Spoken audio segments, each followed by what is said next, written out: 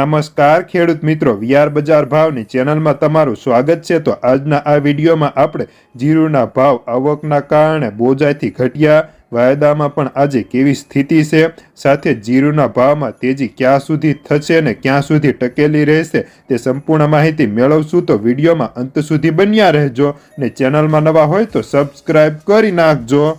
તો મિત્રો, સૌપ્રથમ જીરુના વાયદાની વાત કરીએ તો જીરુના વાયદામાં આજે સાંજના સમયે 200 રૂપિયા ઘટીને 25,460 હતા। હવે રાત્રે શું થશે તે જોવાનું છે ને સાથે જીરુનો ઉત્પાદનનો અંદાજ ખૂબ જ મોટો મુકાયો હતો, પરંતુ તેની અસર બજાર પર જોવા નહોતી મળી। તો મિત્રો, આ વર્ષે ઉતારા ઘટે તેવી શક્યતાઓ છે। સાથે જ 1 અને 2 માર્ચે જે માવઠું થયું હતું તેમાં ઘણા ખેડૂતોને જીરા ઊભા પાક માટે હતા અને ઘણા ખેડૂતોને ઉપાડેલા પણ ખેતરમાં પડ્યા હતા, જેમાં ભારે નુકસાન જોવા મળ્યું હતું ને આજે સૌથી ઊંચો ભાવ 6,850નો ઊંઝાના યાર્ડમાં બોલાયો હતો।